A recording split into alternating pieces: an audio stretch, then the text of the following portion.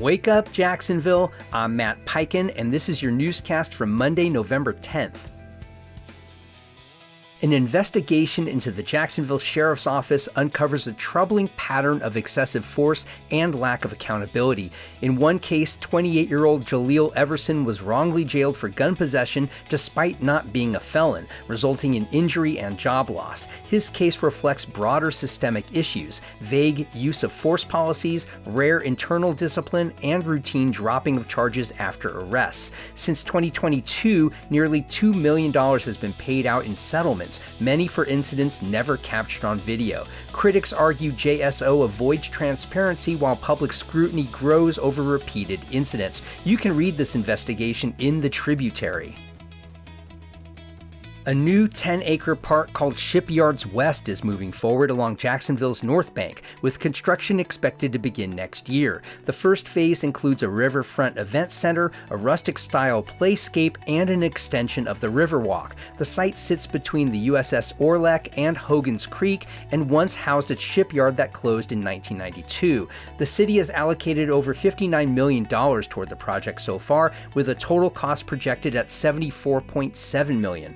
Some residents expressed mixed opinions about the design. You could read more about this at Jacksonville Today. Teamsters workers at Breakthru Beverage Florida, including those at its Jacksonville facility, may face a vote to decertify their union just weeks after securing a major new contract. A petition filed by driver Tim Zelinki, with support from the conservative National Right to Work Legal Defense Foundation, seeks to end union representation for 210 employees statewide.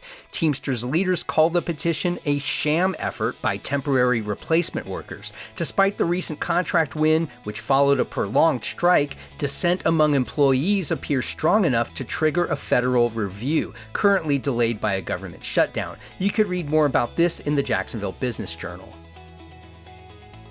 Jacksonville Jaguars home games during the 2027 season will likely be played in Orlando, according to Orlando City Commissioner Shan Rose. She says the team confirmed plans to relocate temporarily to Camping World Stadium while Jacksonville's Stadium of the Future undergoes major renovations. The move still requires approval from NFL owners during their December meetings.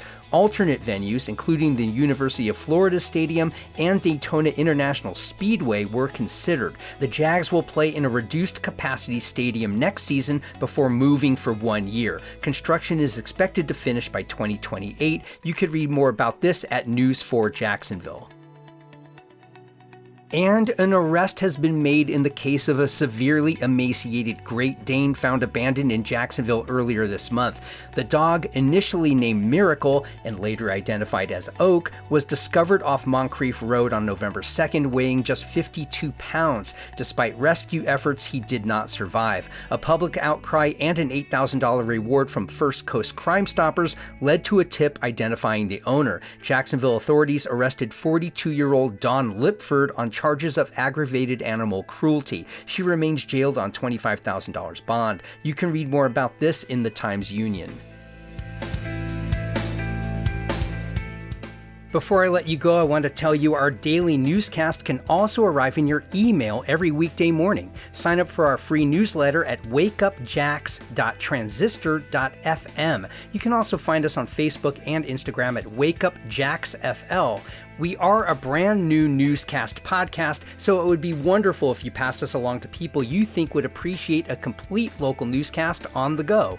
I'm Matt Peiken. Thanks for starting your weekdays with Wake Up Jacksonville.